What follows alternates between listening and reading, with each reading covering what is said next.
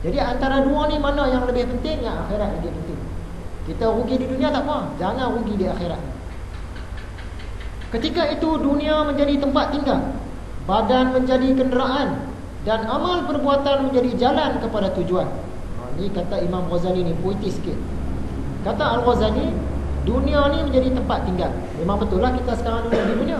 Dan kita kena ingat juga, walaupun dia jadi tempat tinggal, lepas ni kita akan tinggalkan dia. Dunia tempat tinggal, badan menjadi kenderaan. Dunia ni tempat kita duduk, badan kita ni kenderaan. Bila kata badan kita ni kenderaan, maksud dia dah tentu ada pemandu dia. Siapa dia pemandu pada kenderaan kita, iaitu badan kita ni? Tidak lain ialah kita punya roh dan yang berkait dengannya, jiwa, akal, perasaan. Yang tu dia punya pemandu. Badan kita ni kenderaan, pemandu dia kita punya roh tadi, kita punya jiwa tu. Jadi kita punya roh ni nak kena bagi cantik lah jiwa kita ni. Kalau pemandu dia tu bagus, kenderaan dia pun cantik lah. Ini kalau pemandu dia tak bagus, kenderaan dia pun teruk. Macam kita nak pergi ke Nuri Kahwin lah, rumah saudara kita. Kita nak pergi, kita naik satu taksi, pemandu dia tak bagus. Pemandu dia jenis mabuk. Jadi perjalanan jauh kan, 30 km. Dia bawa kita tu, kita pun takut lah. Sebab pemandu dia tak bagus. Dia sat sengit sana, sat langgar tebing, sat silap jalan. Tapi kalau pemandu dia bagus, pemandu kenderaan tu bagus, kita naik pun selesa je. Sebab dia bawa tu cantik je sampai rumah Kenuri. Begitu juga dengan badan kita. Nak bagi badan kita ni bagus, pemandu dia kena bagus. Siapa dia pemandu dia? Kita punya dalaman, rohani kita, iaitu roh kita. Kita kena bagi cantik kita punya rohani tu, barulah badan kita ni cantik. Dunia jadi tempat tinggal, badan jadi kenderaan, dan amal perbuatan menjadi jalan kepada tujuan. Kalau tak ada amal-amal, tak adalah jalan dia. Pemandu dah ada, kenderaan dah ada, jalan tak ada, tak sampailah juga. Dan tujuan itu tak lain daripada berjumpa dengan Allah Ta'ala. Maka padanya lah keseluruhan kenikmatan, meskipun dalam alam ini tidak diketahui kadarnya selain oleh beberapa orang saja. Jadi nikmat yang tertinggi ialah bila kita kembali kepada Allah, kita memandang wajah. Yang tu nikmat tertinggi. Bila masuk dalam syurga, memang dah sangat nikmat dah. Tak boleh lawan lagi dengan nikmat memandang wajah Allah. Hebat lagi. Kita nak gambar macam mana, tak tergambar. Sedangkan nikmat syurga pun kita tak tergambar. Nikmat kita melihat Allah lagi lah, tak tergambar lagi, sangat-sangat nikmat. Tak ada nikmat lain yang boleh tanding.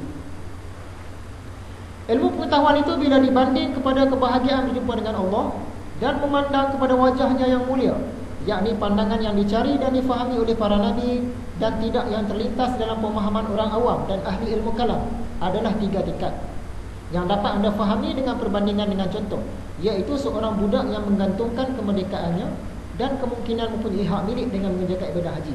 Saya ringkaskan di sini. Ada satu orang hamba, tuan dia cakap pada hamba ni, kalau kamu pergi buat haji, kamu akan dimerdekakan dan dapat harta. Tapi kalau kamu pergi nak buat haji, tiba-tiba sampai tengah jalan sangkut, tak sempat nak menunaikan haji, ada masalah, kamu akan merdeka, tapi harta tak dapat. Kalau kamu duduk sini tak pergi haji, merdeka pun tak dapat, harta pun tak dapat. Jadi berbeza. Tingkat-tingkat keseronokan hamba ni berbeza. Yang bawah sekali tadi, dia tak pergi naik haji, maksudnya dia tak dimerdekakan, dia pun tak dapat harta. Peringkat yang tengah, kalau dia pergi nak tunaikan haji, tiba-tiba sangkut tengah jalan, dia dimerdekakan, tapi harta tak dapat. Seandainya dia pergi buat haji, selesai haji dia, bebas pun bebas, merdeka pun merdeka, harta pun dapat. Jadi berbeza 3 tu. Belajar ilmu pengetahuan pun macam tu juga. Kata Imam Ghazali, saya ringkaskan dalam sini.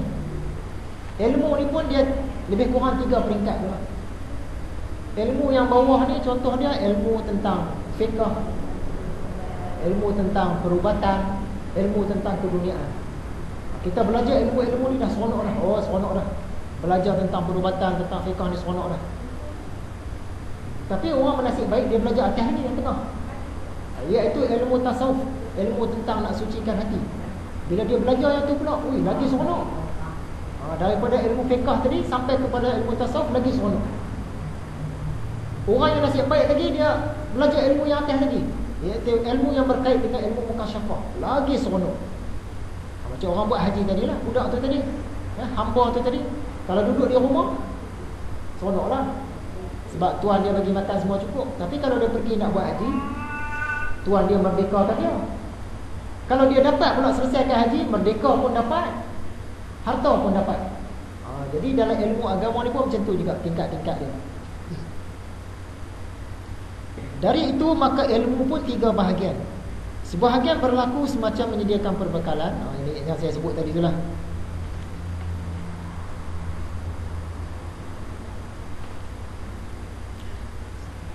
Okay, jadi berbeza antara orang yang baru bersiap-siap nak pergi haji.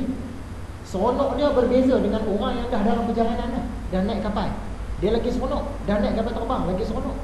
Berbeza pula dengan orang yang buat haji, tengah buat haji, lagi seronok. Tiga-tiga pun nak buat haji. Yang tengah baru belajar, baru pergi kursus kan, dia seronok dah, tapi seronok dia bawah.